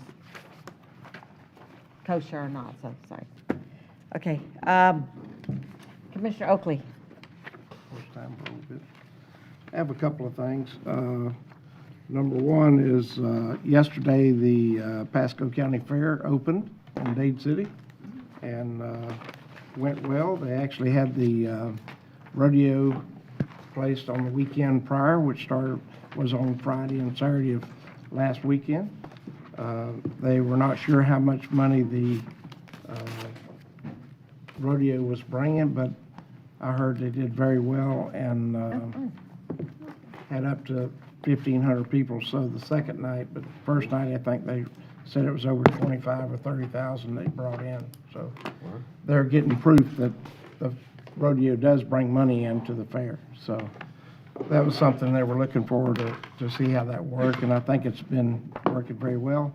If you can and get a chance, go out and see all the kids there, citizens of Pasco County's children that are out there in 4-H with chickens, rabbits, on and on. I have a grandson that's 9 years old, and he's participating. He won reserve grand champion for large fowl, which is a Rhode Island red rooster, which I don't think likes me. Because he seems to attack me every time I see him. So, but he won Smart rooster. a lot of, yeah, right. He had a lot of ribbons and all for his work in that part, and he's also showing a pig on this next Saturday and then it'll be sold, which that's where all the little kids cry when they sell the animal they've spent so much close time with. So, but if you get a chance to go out, it's a great venue and good. You will enjoy yourself while you're there. And this week's supposed to be Chamber of Commerce week, I think, because the temperature's going to be in the 80s. Yeah. So that's kind of unusual, but it should have a lot of people out and visiting around. Next thing, I was very honored to be selected the chairman of Tampa Bay Water yesterday, and really have looked forward to. We got the chair of Tampa Bay Water and the chair of Tampa Bay Regional Planning Council. Well, past chair now. A past chair. I don't want to be chair. But it's all good. So, but it's, that's been on my bucket list for about 15 years when I started with Swift Mud. And I wasn't even thinking about running for a county commissioner. At the time, I was thinking I wanted to be the chairman of that board. So, but it's been a lot go by since that time. I learned a lot when I was at Swift Mud and the resources they have, and to know the knowledge of the 16 counties that we have in Swift Mud. And Tampa Bay Water protects our water resource that goes to all of our citizens, and future water that we're all going to need. So there's a lot of questions coming up about projects for the future and what they'll be. So we got to guide that to the right direction, and one member for all and all for one. So we all share in that. We all want good things to happen for our water. And I'll leave you with a thought. About 15 years ago, I told Danny Burgess this, and when we were up at Tallahassee visiting, Danny called me on FaceTime on phone when I was in another meeting with you commissioners, and I stepped out just to say, I cannot have you on face phone right now. What is it? And Danny says, I just wanted to remind you, 15 years ago, you told me this, and I've had it ever since. And what it was it takes knowledge to know a tomato is a fruit. And it takes wisdom to know that you don't put it in a fruit salad. I'll leave you with that. Oh, follow that one, Commissioner Moore. That was good. Okay, congratulations on your chairmanship. Thank you. Commissioner Oakley, appreciate all your work there. I'm sure you'll fight hard to get our rates lowered here in Pasco County. We've been able to keep them pretty low for I'm having fun with quite a you. while. It's been great. I do need to ask the board, I will make a motion to reappoint Captain Wendy Longman to the Tourist Development Council. I could have a second. Second? All in favor? Aye. I also would like to reappoint Robert Riley of Saddlebrook to continue on the Tourist Development Council. If I could. Second. All in favor? Aye. Opposed? Great, thank you. I need to make another appointment. On behalf of Mike Shoemate to Animal Services, to the Animal Services Advisory Committee, He suggested Kevin Mirko as a District 2 representative, and he knows better than I, so I'm fine with that, so I'll make that motion. Okay. All in favor? Aye. Opposed? Okay. Thank you, Madam Chair. Happy to announce that the 2022 Florida Sports Coast Tourism Awards Banquet will be May 5th at the Hyatt Place Wesley Chapel. So great plans. We aren't quite really ready to announce this yet, but it's going to be an awesome evening celebrating our partners and the incredible growth of our tourism industry and impact it's had here on the economy in Pasco County. You're funny. I said Wesley Chapel. Tickets go on sale March 2nd, and to the public, you can find the link to buy tickets on Florida's Sports Coast website, flsportscoast.com, or Florida Sports Coast on social media pages. You can look at those. Again, those tickets go on sale March 2nd, and as always, we appreciate our sponsors, and there will also be a VIP tickets on sale as well. Quick thing, Port Richey update. We keep pretty close track of what's going on in Port Richey and with the CRA. I know I can only speak for myself. I don't want to put words in the other commissioners' mouths, but I know I've been kind of hard on them with the CRA over the years. Bringing up the statutes and how important it is to look at, obviously, after our taxpayer dollars across the county. But I do want to acknowledge Port Richey because they're really trying after the audit. And after the last meeting, they did vote to start the process to remove another area outside their CRA, which is very good news. Again, myself and I know others have obviously harped on that issue throughout the years, debating what the definition of slum and blight is when it comes to a CRNA. So again, I will say kudos to the city for moving forward, their new leadership there as well, and their city manager, as well as the mayor. So I want to thank them for moving ahead. They're definitely making progress, I should say.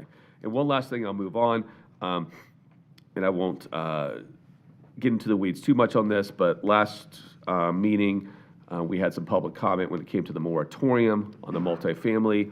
One of the speakers was from the North Tampa Bay Chamber, and I did ask, asked that person if they were speaking on behalf of the chamber, and that I would reach out to their chairperson. There was a letter, and I can forward as well, from the chair of the North Tampa Bay Chamber of Commerce that did basically state that the chamber itself has taken no position concerning the multifamily moratorium. That's why I asked those questions. I did seek out the answer, and that's the answer I was given. So, thank you. Commissioner Fitzpatrick. Well, I was excited to attend the groundbreaking for the 54 Crossings. We'll be having 2 new office buildings being built on State Road 54, and at that location, they will be having Utica College, Nursing College from New York.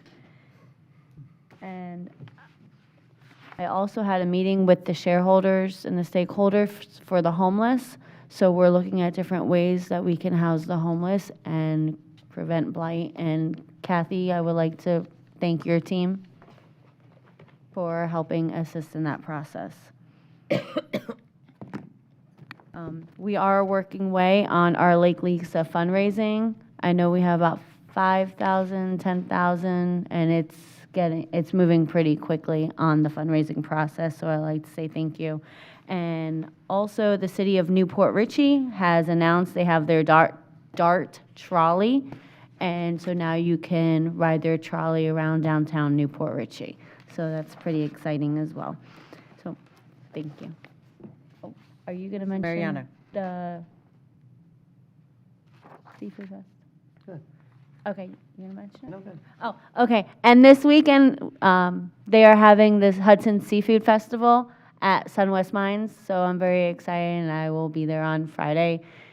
Saturday, I'll be at the EDC and at Smart Start, and Sunday, I will be back at the Seafood Festival. So, thank you.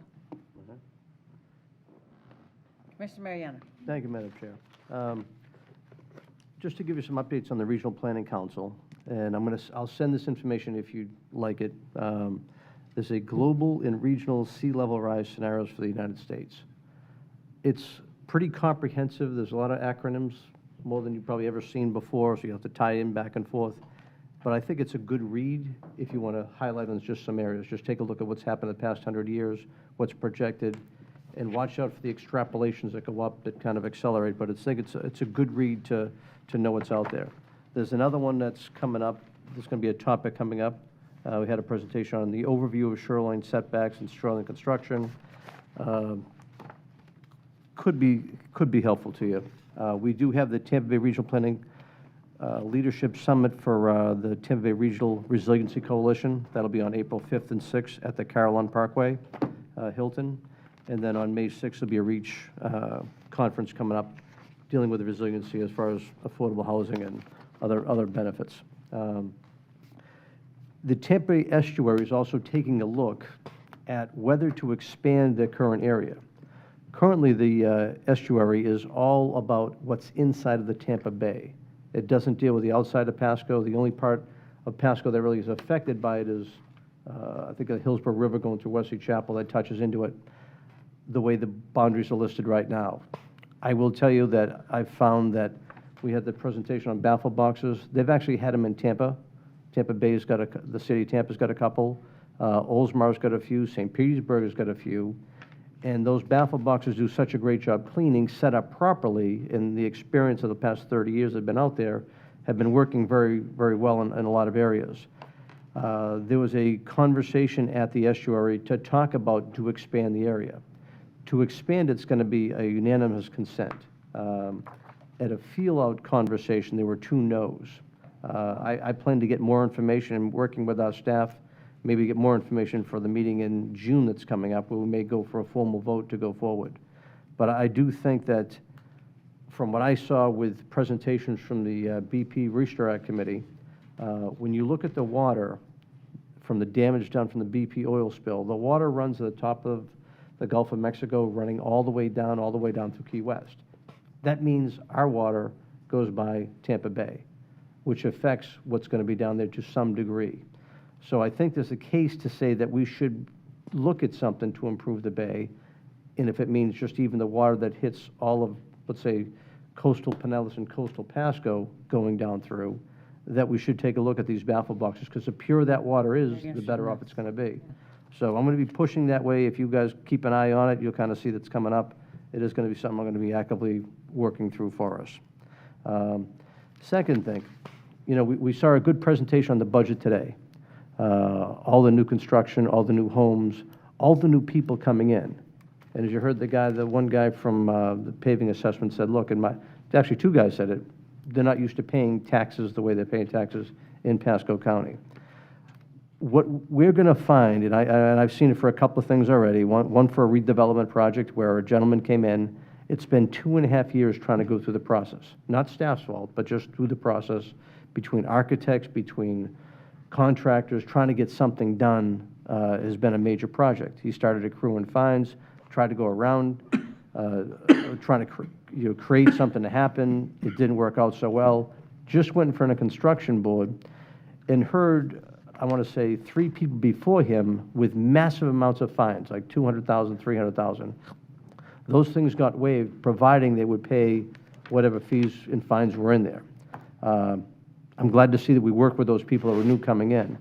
But what I'm seeing, and I think the rest of you probably seen it as well, when someone comes in and buys a house, and there's been something done to it before these people didn't know about, and from what I understand, our permit records only go back 10 years, we get a new person coming in that just bought a house, that wants to either build an ALF or just redo a house, and all of a sudden, we find there's a violation, and we're going to whack these people with like double permit fees and hold them fully accountable for everything. Now, the permits, from what I understand, is basically we're trying to protect the people and protect construction. So we get someone coming in from the outside that just bought a piece of property that doesn't know their full history, and it doesn't show up on records, we hit them with double permit fees. I think we need to go take a closer look at that policy, because the last thing I want to do is slow people from wanting to come to the area. And secondly, for the ones who are trying to improve a property a proper way, to hit them with these double fees. Now, I think we all know we're collecting more fee money than we actually need, but I wanted to have this conversation with the board. I haven't even talked to Sally or Dan or anything else about it, but just as I look at these things over and over again, and you may know that I've got Sonia Walling, my assistant, continually working on permitting stuff and trying to help people get through the process. I think this might be something to have us relook at as far as a policy, bring it back for discussion, or just let me get everybody's feedback on what they think about that. Yeah, Madam Chair, response? Yeah. No, and I appreciate it. So I'll give an example. I had somebody, and again, it by no means is it the current team's fault or anything like that. But I had a gentleman reach out that stated he moved into his home. They had put a screen and enclosure in. Come to find out when he was out there what was he getting permitted? I forgot exactly what he was getting permitted, but he was getting something else permitted. They noticed he hadn't had a permit for whatever this enclosure was. So he got tagged. Again, not his fault. How would he know? I don't know how you would find out. That's a good question. How would you find out when you actually, and this may even be a question for the clerk, because I don't know if that even shows up on the records, but if you're buying a home, for example, yeah, and there's a screen enclosure, a pool, or whatever it may be. A pool is obviously easy, but a screen enclosure around the pool, how would they even know? It's on the tax if it collectors, was- on the assessor's website, when they add something, Yeah. it's there and they give it a value, an assessed Yeah. value. Because I go through those. Well, I'm talking about a screen enclosure, not No, the no. pool itself. Might have done it without. Yeah. permit. Anyway, so like for this example, it would have been, if they pulled a permit, yeah, I think this one was like it would have been 16 years ago or 17 years ago. Go look at your tax bill if you're buying a house. Because they bought the house 15 or 16 years ago. Just doing an improvement now, I forgot exactly what it was. But I'm with you on that. What can we do maybe to help some people through that process? Yeah. They would have no clue, especially in something that's so small as a screen enclosure. Well, I sent one that, I think I sent it to Commissioner Fitzpatrick, someone who emailed me in your district. She's in the one where we fix the water off of 52. Jasmine? Summer Tree. Summer Tree, yeah. And she said that she went to sell her, I think it's a duplex, and they found something, I don't remember what it was, that didn't have a permit. Yeah. And she was the 5th owner Oh, jeez. of title Yeah. since the stuff happened, and so now she can't sell it. But we have ways to fix that, but I forward that to you, Christine. I don't want to I touch will it. say, I mean, the team was helping this person, and it's no even to get in the weeds on this one. But I'm with you. What can we do? What policy does this board need to put in place to maybe assist the team to get through this, or not? How do we not possibly, if we tag, how do we not fine possibly for situations? Is that kind of what you're thinking? Yeah, I mean, Slippery slope. first of all, So the question we need to, I'm trying to formulate this in a question for Right. the team to go research is, for a property owner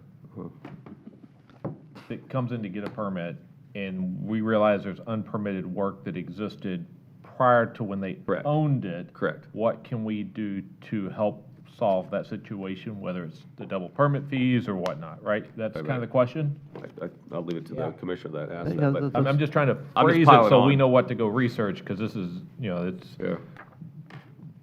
so, I think that's what I'm all hearing. right, so let me go a little further then, just to try to clarify. So starting number one, the double permit fees, I just don't like it. And especially if there was a permit pulled before it just wasn't closed, that you're trying to close it. This one was an Okay, so I unclosed mean, permit. now we're going to penalize the person who's trying to do the right thing, whether selling a property, trying to do a quick close on it and get it done and move on, or the other way, we're going to have them do improvements, and then all of a sudden, oh yeah, by the way, there's this, this, and this, and whack them with the double fees. I think just take away the double fees from the get-go. I mean, especially if they're coming to us about trying to fix something, especially if they're just new to the area or whatever the case may be. When I buy a property, I'll take a look at it, but you're not going to know every single item that's on there, what's going to be on there. You could miss something. So any layperson, if the title insurance that you get from the house you're buying, you think you're pretty well covered. That's what you think. You miss some of this other stuff. If the title company doesn't pick up, it doesn't show on records from past 10 years, you're not going to see it. And it could be 2, 3, 4, 5 different owners between it, and all of a sudden, you're the unlucky one that's getting whacked. Yeah, Madam Chair, 'cause that's a good point when it comes to closings on some of these, because the title company may pick up an open permit and they won't let you close. We've run into that, and Sally and her team have actually been very helpful Yeah. with a family that had that issue and helped them get it done so they could actually close on the property. But you're right, so the title company's not going to pick up everything. Right. So Yeah. probably, Sally, it's more to, what can we do? Because obviously you guys are slammed. More permits than ever, higher numbers than ever. What can we do to change? So as far as you're following the rules that you have to follow, but what things can we change to make it easier, less financially burdensome on these people? And I'm not looking for an answer today. Yeah, I we'll just want go- the we'll go do discussion some today. research. What we want to do is, as Mr. Bowles said, please, Sally Sherman, Assistant County Administrator, Development Services, please allow us to look into the different circumstances so that when we answer your question, we'll come back with an answer on specifically how to move forward with it. And in some instances, it may not even require any action by the board, so allow us the time to look into it. Okay, and I want to say, I wanted to talk to the board first before I even brought it to staff, just to see if we all have the get it. same type of feelings, what we're dealing with. Yeah. I just want to answer that. We have a policy already there that says get a permit for things that you do on the home, remodeling or whatever. That's already set in policy. What you're talking about, somebody's got a friend that does something and they wouldn't put up a screen enclosure on the back porch or something, which they should have got a permit. Yeah, they didn't get one. Yeah. And then they sell the home later, that person has no knowledge of it all. So I understand making that clearer and less burdensome for the family that's buying the new home or that home. All right, thank you. I agree with you. Thank you. That's all I have, Madam Chair. County Administrator? Yeah, just a couple things. Just, if you recall back a few weeks ago, we did the media availability out on Ridge Road. I think three of y'all were there for that. Just a couple facts about that. There was about 17 million views of that from various sources. What? Did you say 17 17 million? million. Yeah, and the publicity value, that's a little over $1 million of publicity from that. So thank you for being out there and helping with that, and thanks to the media communications team, Sam, and everybody that worked on that. That was a pretty big deal. Second thing is, we are migrating over to Office 365. That's on the cloud, so email and the Office suite will be on the cloud, so you will start seeing that in March and April. That does affect you, because that does affect your county email. So just a heads up, that's coming. That's should make things more efficient on our end, easier to share files and some other things, at least internally, to the work we do. So just wanted to give you a heads up on that, and that's all I have. Okay, who's next? That would be Madam me. Chair? County, Well, unless Mr. Mariano. Just a question. I thought maybe we'd get an update on the waste-to-energy plant bill that was going today. I think it passed committee 22-1, 21-1. Is that our local something bill? like that, yeah. No, that's a global one, right? That was a global one. Yeah, Representative Mariano was working on it, so I know Mike Carbella's up there today. Yeah, we so- got a wonderful screen grab of Mike presenting today. We will be using it for many memes for many years.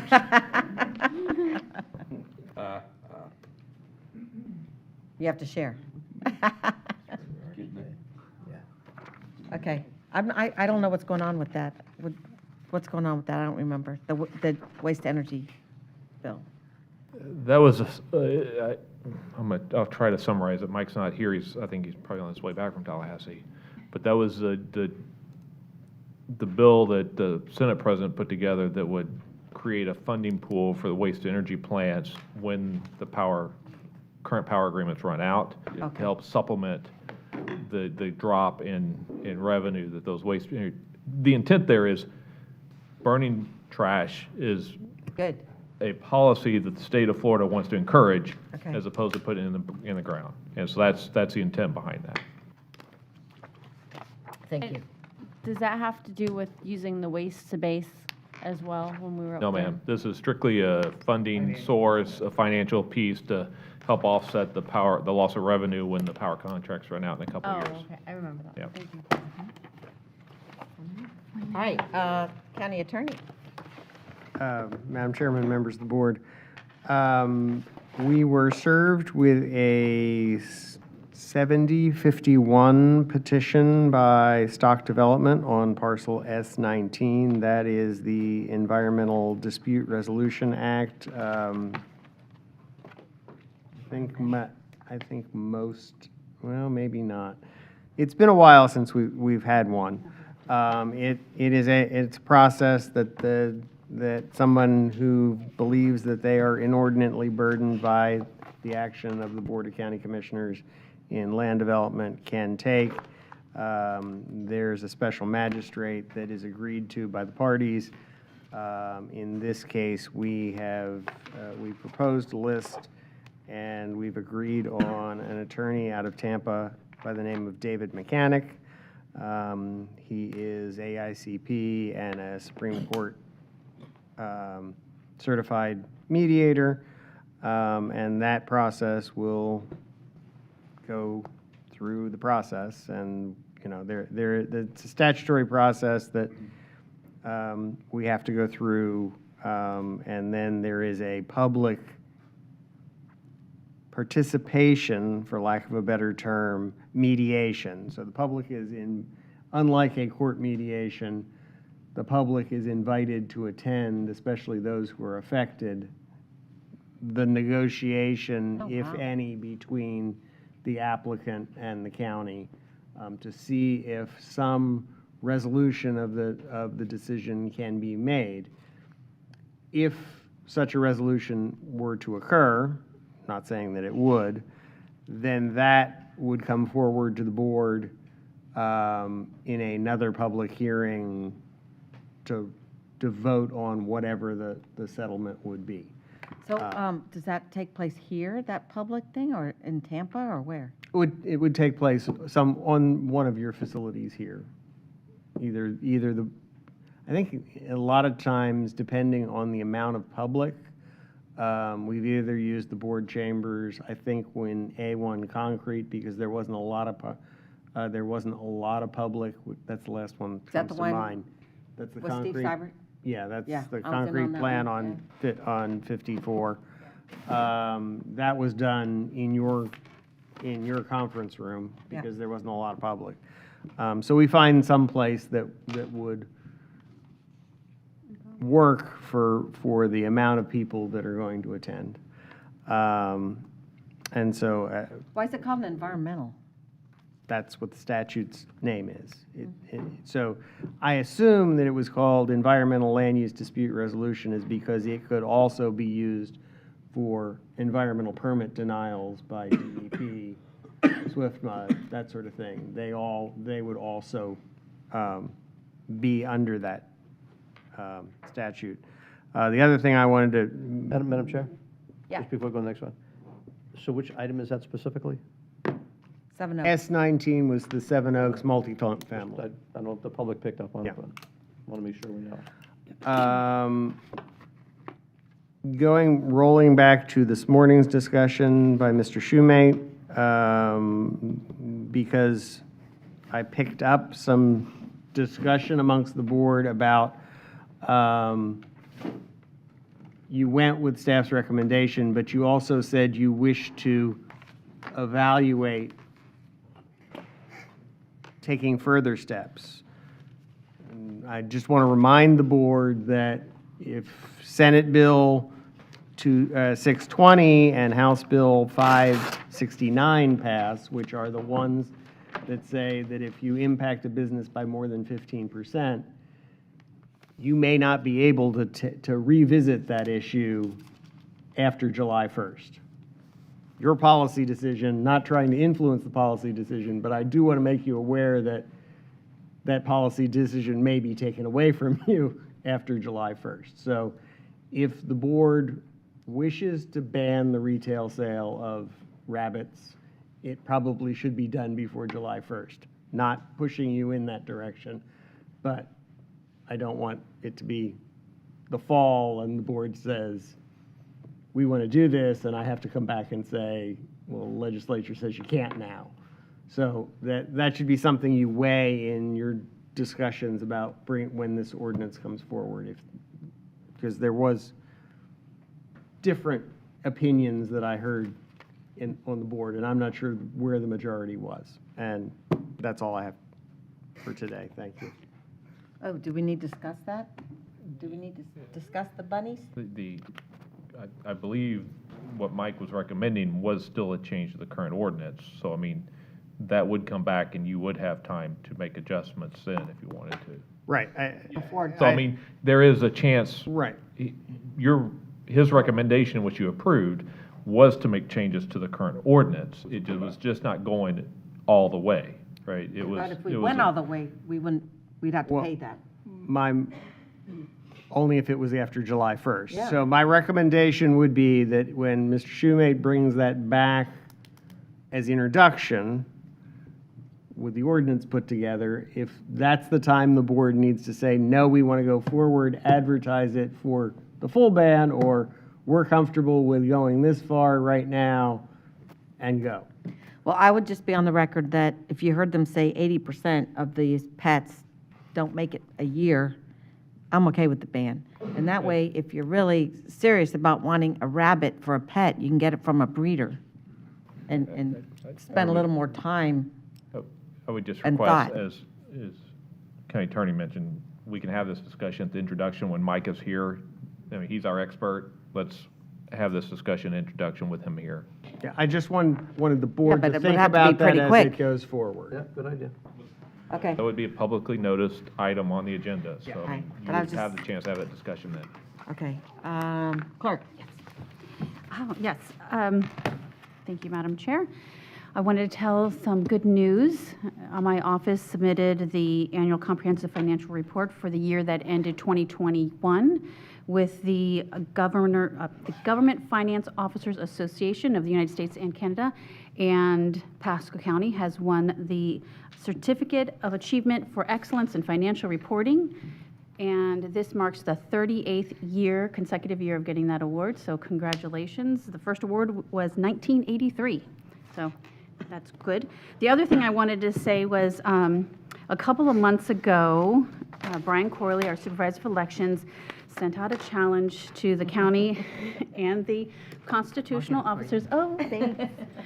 And it was a kickball challenge, and that happened on Sunday. And I just want to show you what you missed out on. Because we weren't invited. You were invited, you just didn't answer it, I don't think. Well, that's what Brian says. Yeah, I'm going to look. But Public my information office request. won the trophy.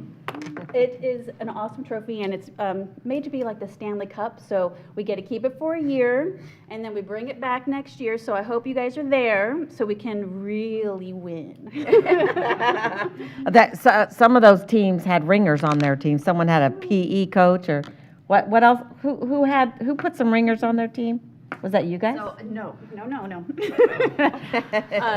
I don't want to even get into that conversation. It is taped. But no ringers on our team. Well, congratulations. Thank you. Okay, I am going to bring back to you a discussion about chain link fences on main corridors, because I don't have any photos today, but I want to show you what's popping up more and more on State Road 54, and I don't think we should be allowing it. I don't think that's what a premier corridor looks like.